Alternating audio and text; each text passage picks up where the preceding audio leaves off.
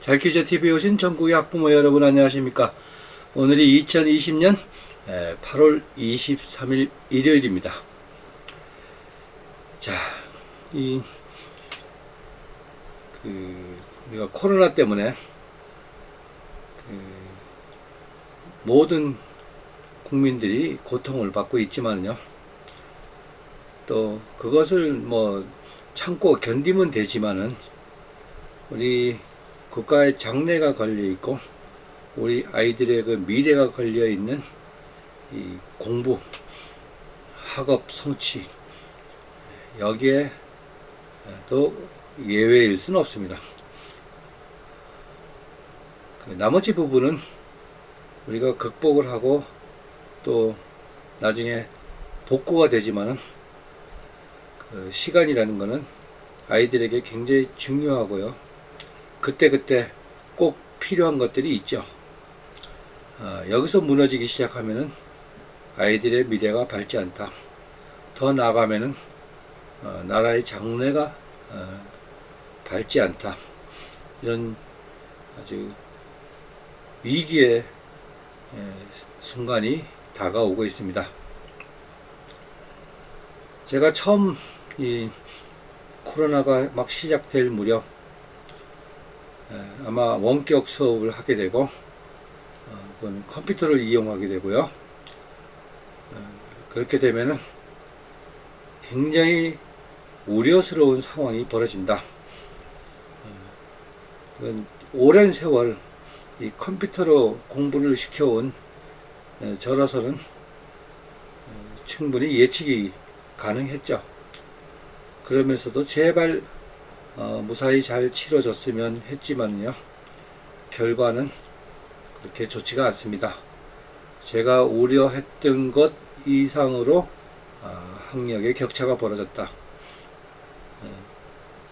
우리가 예년에 그 재학생들이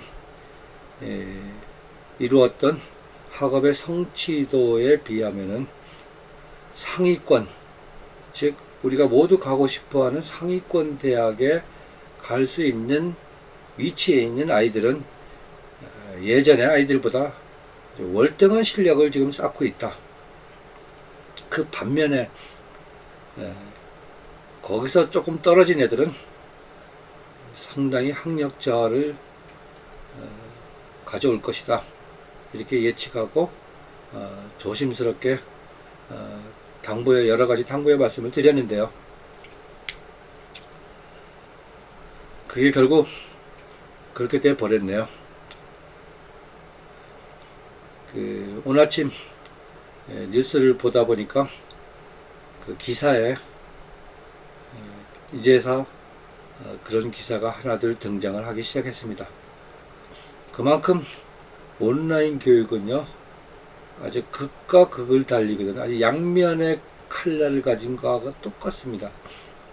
이 컴퓨터로 하는 교육은요, 잘하면 세상에 이것보다 좋은 학습 방법은 없어요. 그렇지만은 잘못했을 경우에는 크게 낭패를 가져올 수 있다. 이거는 제가 2002년도부터 이 온라인 교육에 아주 매료가 되어가지고 이것으로 많은 아이들을 원하는 대학에 보내고 팔자에 없는 대학까지 끌어올려서 보내왔지만은 해를 거듭하면 거듭할수록 이것을 잘못 운영했을 때 나타나는 병폐는 아이들을 수렁으로 빠뜨리기 쉽다. 이것을 무려 17년간 온라인 교육을 통해서 양면을 보아왔거든요. 그래서 저 같은 경우는 이렇게 통제된 공간에다가 아이들을 갖다 놓고 통제된 컨텐츠로 온라인 컨텐츠요 과목별로 진행했을 때는 최고의 성적이 나오더라. 그렇지 못한 경우는 아이들은 아직 경험이 없고요, 어떤 인내심도 없고 참을성도 없고 또 멘탈도 많이 붕괴되어 있고 집중력도 없는 상태에서 이 온라인 교육하다 보면 많이 힘들죠. 그렇다고 제가 사교육을 또 개인적으로 좋아하는 건 아닙니다. 가장 효율적인 온라인 교육에 너무 빠져 있다 보니까 그쪽에는 별로 큰 방점을 두지 않고 지금까지 이끌어왔죠. 제가 온라인 교육을 처음 아이들 입시에 도입을 해가지고 시작한 건 참 운때가 맞았어요. 보통 우리가 2002년도를 기준으로 해서요. 그때 2001년도 겨울부터 우리나라의 대표적인 온라인 교육인 메가스터디가 등장을 했죠. 그 이전에도 온라인 교육은 약간은 있었어요. 그러니까 동영상이 아닌 칠판만 나오고 강사의 목소리만 나오고 칠판에 써주는 것만 보는 그런 것부터 시작을 해서요.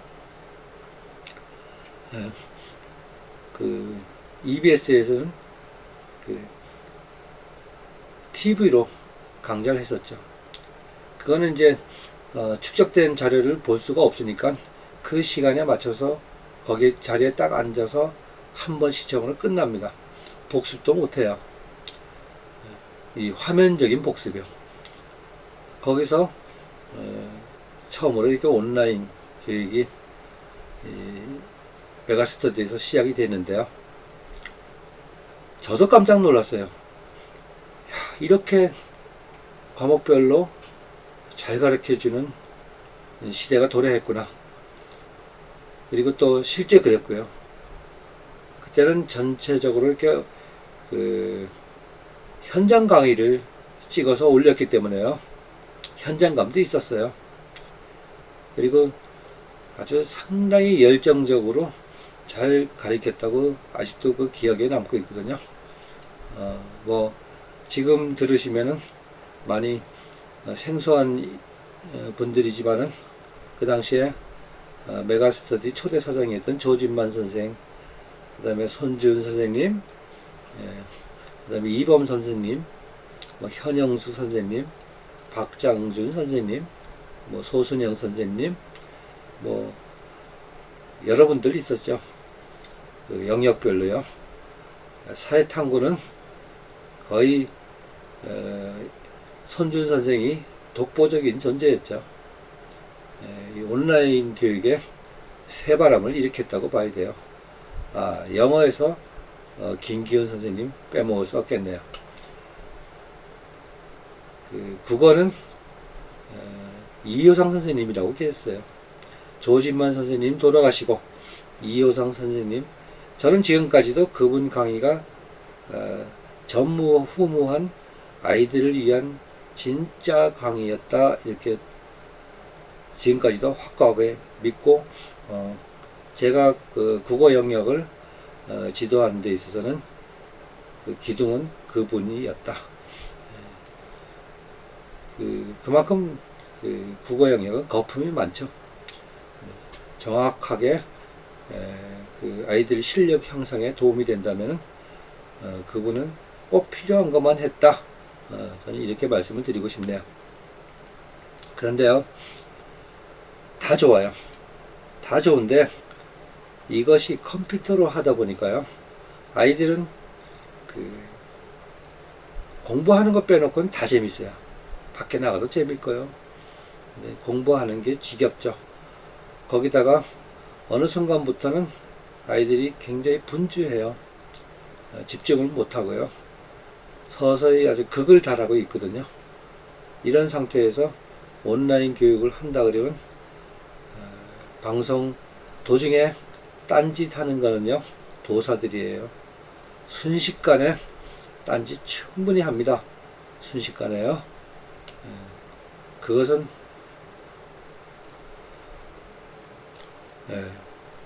지금 화면이 좀 버벅거리네요.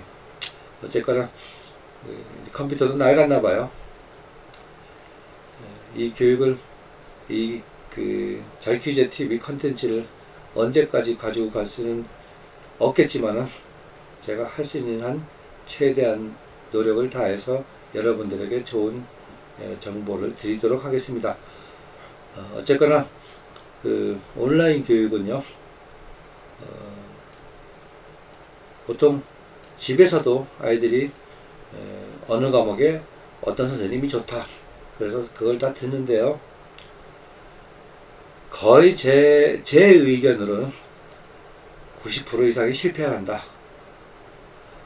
강의를 듣는 방법서부터요, 강의를 선택하는 방법서부터, 또 강의를 듣고 나서 복습을 어떻게 해야 되는지 등등, 온라인 교육을 하는 데는 엄청난 내공이 필요하거든요. 그렇지 않으면요, 거의 다 이리 빠져나가고 저리 빠져나가고 별짓을 다 해요.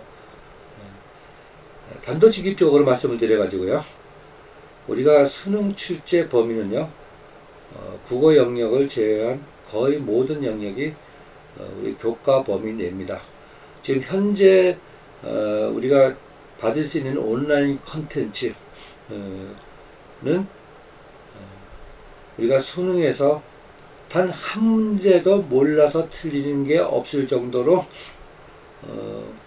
완벽하게 배울 수 있는 컨텐츠가 다 돼 있습니다.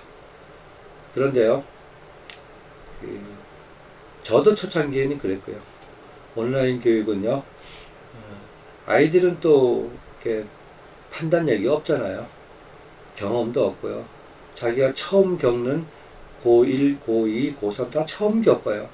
그래서 이런저런 정보를 가지고 자기 나름대로 스케줄을 짜고 진행을 하는데, 이 선택할 때 실수를 거의 다 한다. 과목별로요. 이건 어디서 나타나나 그러면요, 제가 상담을 받다 보면은 특히 서울의 어느 특정 지역에서 이제 아이가 공부를 좀 덜 했다, 다른 애들보다 조금 많이 뒤떨어졌다, 이런 아이들은요, 그 생각부터가 달라요. 자기가 현재 이렇게 학력이 저하된 상태면은요, 이건 뛰어넘을 수 없는 부분이거든요. 그 부분을 다시 다져서 빠진 걸 채워넣고 갈 생각을 안 하고요. 지금 막 덧셈 뺄셈을 틀리고, 예를 들어서 뭐 방정식 하나 제대로 못 푸는데요, 옆에 주변을 보니까 애들이 다 뭐 미적분을 하고 있어요. 초등학교나 중학생들이 봤을 때요. 그러면 나도 저거 해야 된다 하고 생각을 하죠. 남들이 하듯이 지수록을 배우고 미적분을 배우면은 2차 방정식이 해결된다, 이런 커다란 착각을 하거든요. 그래서 2차 방정식부터 하자 그러면 저를 막 쌍욕을 하죠. 도대체 지금 어떤 세상인데 이런 걸 하느냐, 미적을 해야지. 그렇게 하실 분은 하셔야죠. 뭐 어떻게 해요. 그렇지만은요, 우리가 온라인 교육은 무척이나 힘들다. 그리고 부모님들의 지속적인 관심과 관찰이 필요하고요. 그리고 거기에 따른 적절한 복습도 필요하고요. 이것이 조금이라도 삐끄덕거릴 때는 거기에 대한 대책이 필요하잖아요. 근데 처음 아이들을 이렇게 또 온라인 교육을 내가 감독해서 하겠다, 그래도요, 그 대책을 찾기는 쉽지가 않습니다. 저도 매번 그 시행착오를 하면서 여기까지 왔거든요.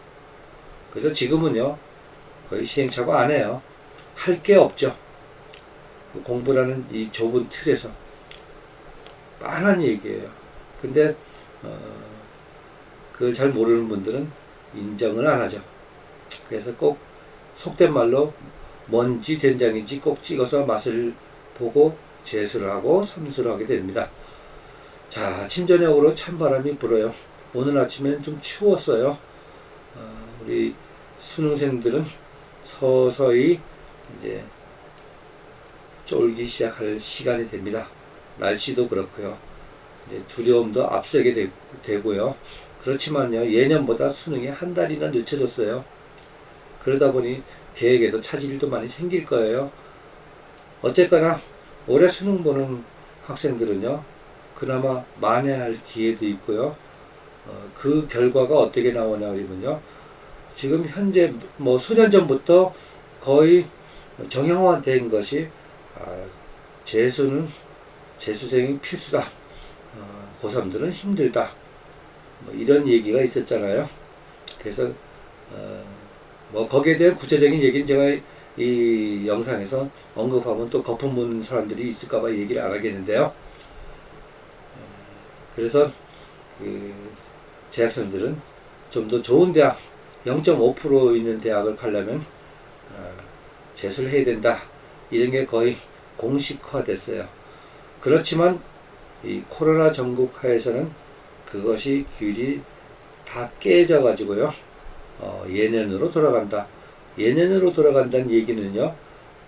모든 입시에서는 항상 재학생이 유리했어요. 재수생들보다 재학생들이 유리했는데 우리 상위권 0.5% 내지 1% 내에 되는 대학을 가는 아이들, 좀 더 나가서 한 3%, 전국에서 3% 정도에 해당되는 아이들은 예전에 고3들하고 다르다.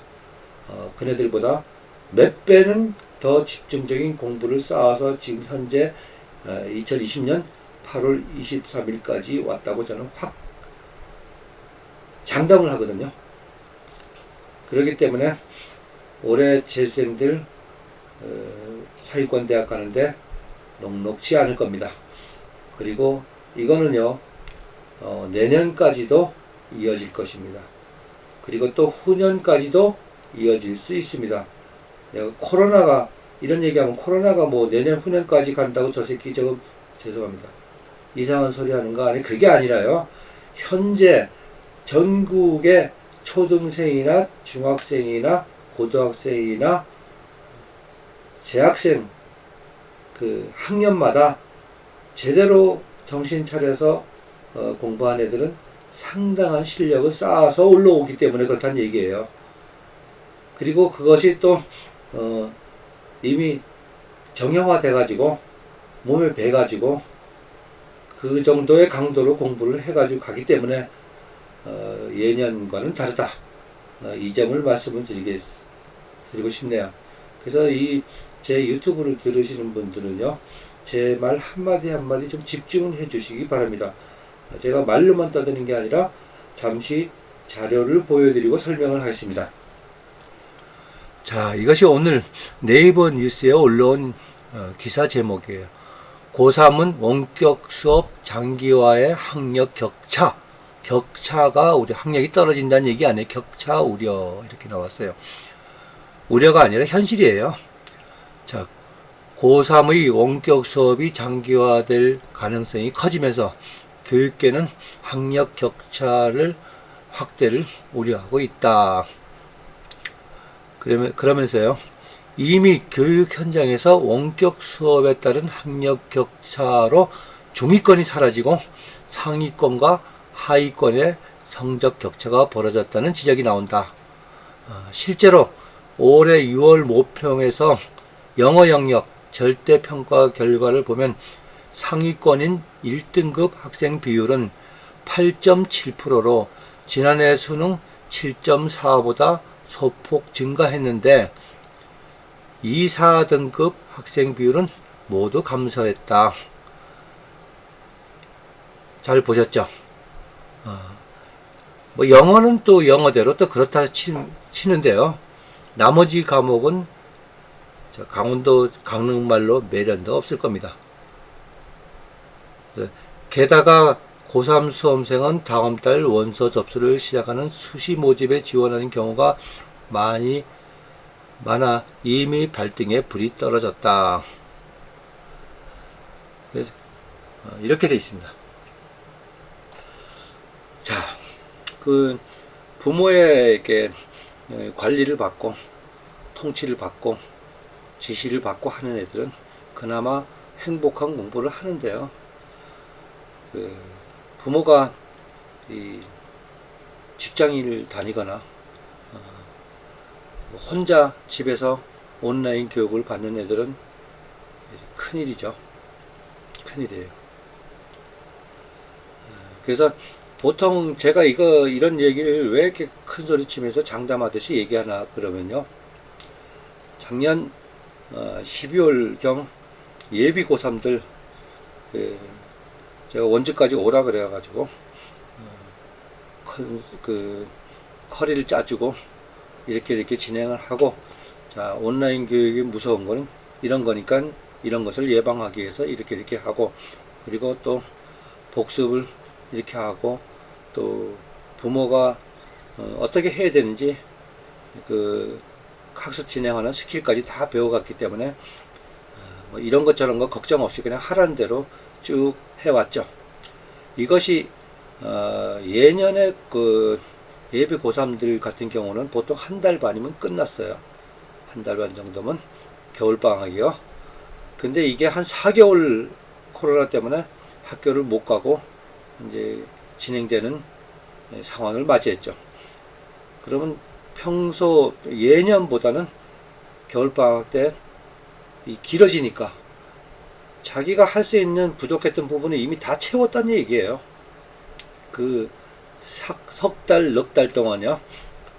보통 한 달 반이면 수학 하나 고치기도 힘든데요. 지금 저한테 커리를 받아간 고3들은 이미 3학년은 예전에 3학년이 아니었어요. 엄청난 그 공부를 했는데요. 그 중에서 빠져있던 부분, 우리가 내신하다 보면 빠진 게 굉장히 많거든요. 이거를 미리 다 채워놨다. 그리고 그것이 6월 모의고사에서 적나라하게 드러났죠. 점수로요. 그래서 뭐 한 개 틀렸니? 뭐 이런 일이 벌어지고, 또 때로는 학교 그 내신도 뭐 만점이 나왔니? 전 과목 만점이 나왔니? 이게요. 지난 겨울에 벌어진 일입니다. 어떻게 공부를 했느냐? 근데 참으로 이런 부분은 예측하기가 참 그렇지만요. 과학을 조금 아는 제 입장에서는 이 코로나 전국이 쉽사리 끝나지 않을 거다. 쉽사리요.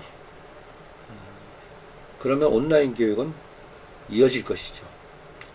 그래서 제가 제일 걱정하는 것은 아이들은 아무리 좋은 말을 해줘도 그것을 이렇게 큰 위기감으로 받아들여서 바로바로 고치는 아이들은 거의 없어요.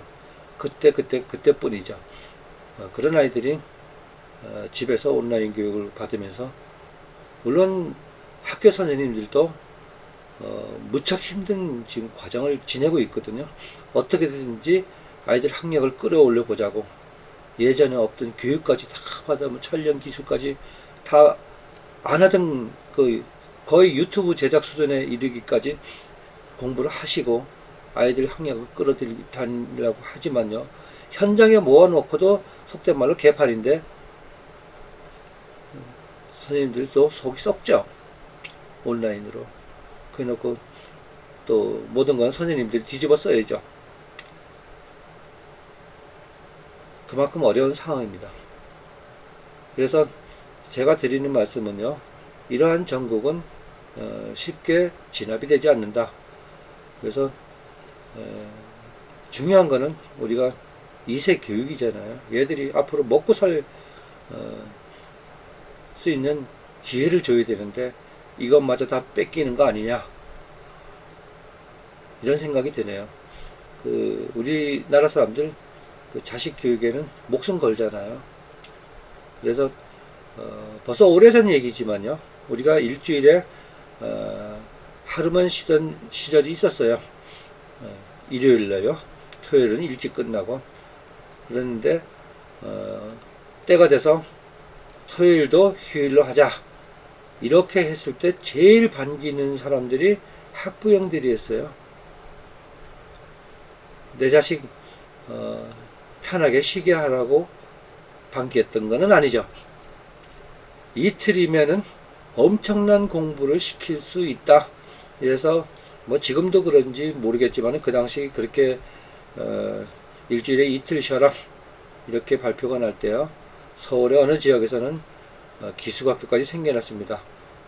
이틀 특강반, 그래서 합숙. 그거요, 굉장한 공부를 많이 시키는 거거든요. 하루에 적어도 24시간을 번다는 거는요, 책, 문제지 한 권을 풀 수 있는 시간이에요. 집중해서 하면은요.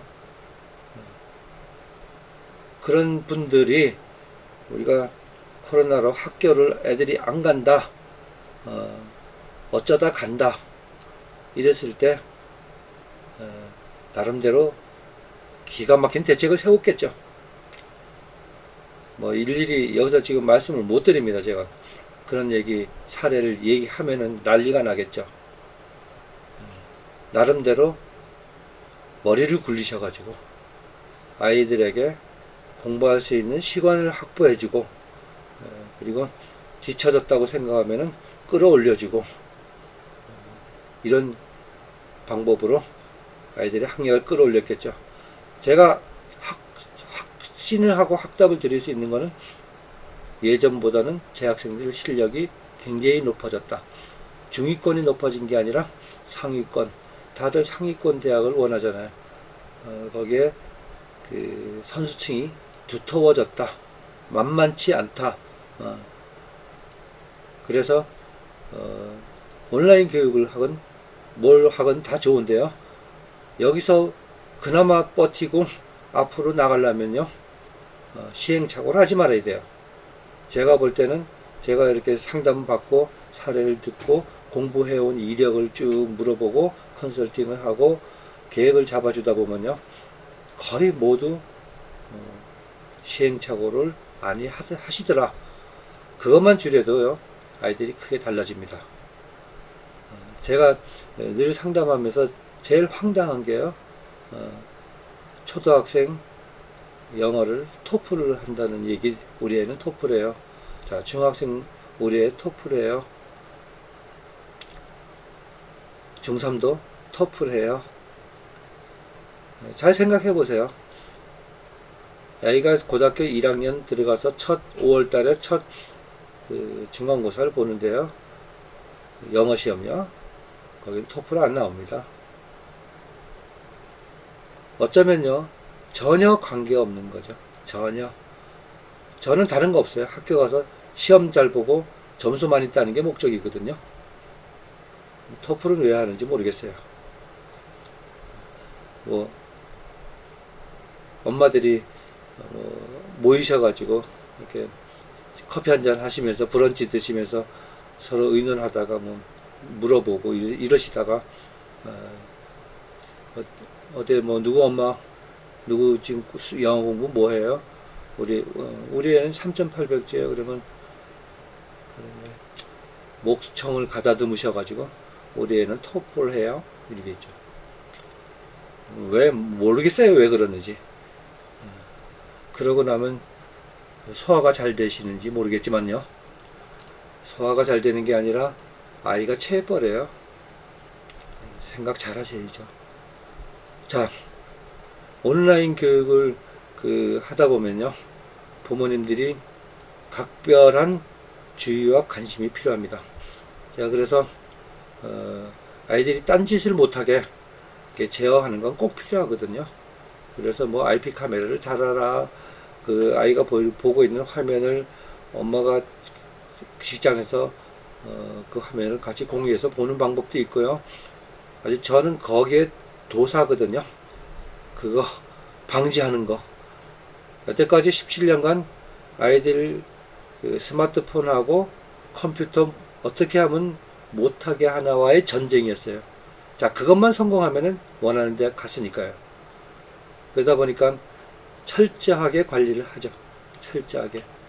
그래도 삐짓고 나가서 딴짓을 합니다. 그러다 보면요, 이렇게 화면으로 여기서도 그래요. 막아놔도 다 뚫고 어떻게 해요. 요즘 애들이 그래요.